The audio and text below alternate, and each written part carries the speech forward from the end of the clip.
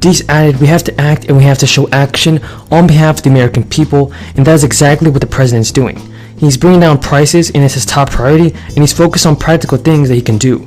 Deese referenced the Biden administration's release of America's strategic oil reserves as evidence that the president is doing everything in his power to fight high prices. He said, "The release of oil from the Strategic Petroleum Reserve sounds esoteric to people, but oil market analysts you've had on the show will say was single-handedly responsible for keeping oil prices from going even higher." Biden recently blamed individual gas stations for the high price of gas, but Brian Deese also noted that Biden's call for a gas tax holiday in his defense. However, many have criticized the proposed gas tax holiday as ineffective in bringing down gas prices, given that such tax relief would increase demand and hence prices. Deese told Bloomberg, you need a president who's going to keep at it and who's going to communicate clear to the American people that we are making progress, that we have had enormous economic progress, and that he is not satisfied and will stay at it. Biden's approval rating has floundered in his multiple polls amid Democratic doubts about his 2024 prospects. Now, the poll showed a major disparity between Americans who think the country is on the right track versus the wrong track. 46% of Democrats also believe the U.S. is not headed in the right direction. Americans were split 40% to 40% on whether they vote Democrat or Republican again. A tax credit aimed at giving a tax break to people with low to moderate income is also eligible people in Oregon several $100s over the next week or so. If you qualified for an earned income tax credit on your 2020 taxes and you were living in Oregon at the time, you might want to check your bank account or mailbox a little sooner than later. Thanks to a little state law passed earlier this year, lower income Oregon households that received the tax credit in 2020 will get $600 back through direct deposit or mail check. The Oregon Department of Revenue estimates that about 236,000 qualifying households should receive payments in about a week. The Department of Revenue said in a statement describing the payments that all direct deposits will be made and checks will be mailed this month. In passing the House bill, Oregon lawmakers mandated that money be paid out by the end of 2022 by the end of this month.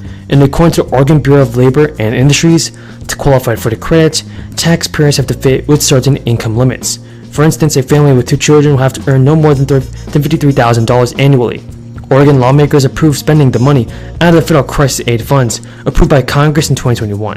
A spokesperson with Oregon Governor Kate Brown said the governor was pleased to sign the payments and help people in need. Thank you, Mr. Chairman. It's good to see you, Chairman Goodlatte.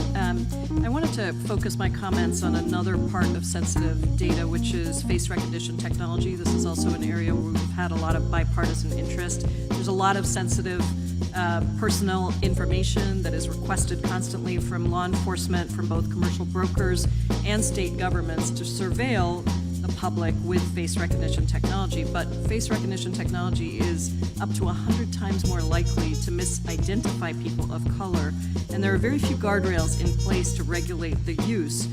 The unregulated application of this technology to our most sensitive information, our faces, is precisely why I introduced the Facial Recognition and Biometric Technology Moratorium Act, which presses a pause. It doesn't say never, but it presses a pause on unregulated government use of face recognition and biometric monitoring.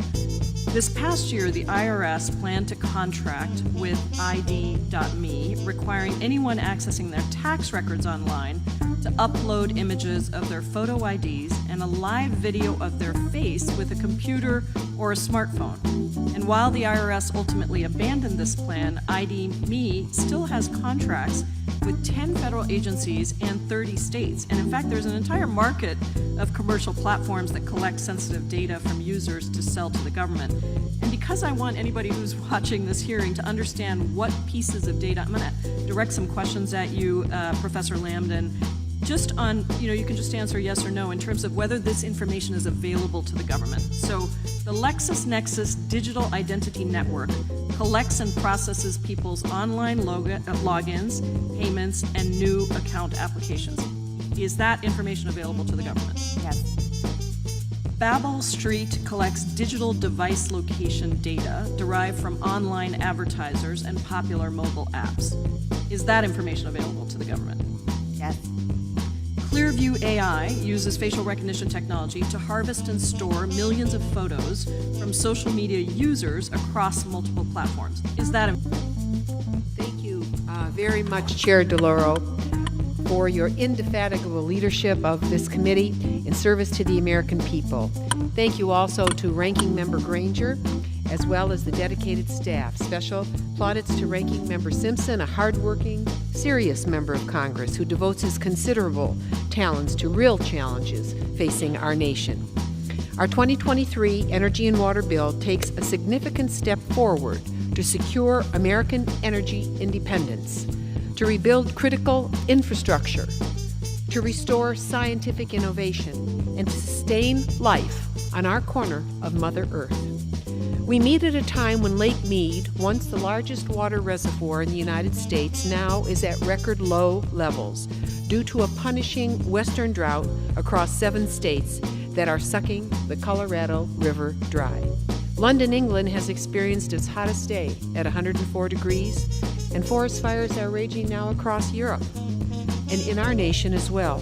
6,600 wildland firefighters and support personnel are containing 85 large fires and complexes that have already burned over 3 million acres in 13 of our states.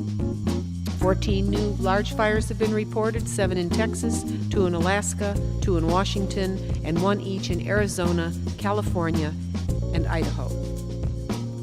In addition, Putin's unjust war against Ukraine crystallizes how essential having a comprehensive energy independence strategy is for our nation, for our economy, and surely for our security.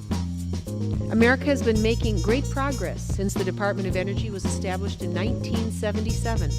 But we're not at home plate in energy independence. But with this bill, we are rounding second base and running hard toward third on our way to home plate.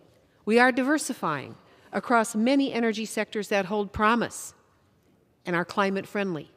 Advanced nuclear, hydrogen, solar and wind, but also thermal heat recapture, conservation, and so much more. In traditional sectors since 2010, oil production has doubled, and natural gas production is about 60% higher. But of course, those supplies are finite. We must advance to infinite energy sources for the long haul of our country and world. Our bill invests over $56 billion for America's energy and water priorities while supporting good-paying jobs across the country. Key investments include $48.2 billion for the Department of Energy, $3.3 billion above enacted within the Department of Energy as our citizens experience water shortages, wildfires, and fiercer weather events. Energy efficiency and renewable energy receives record funding of $4 billion. Yes, an $800 million increase above enacted. We live in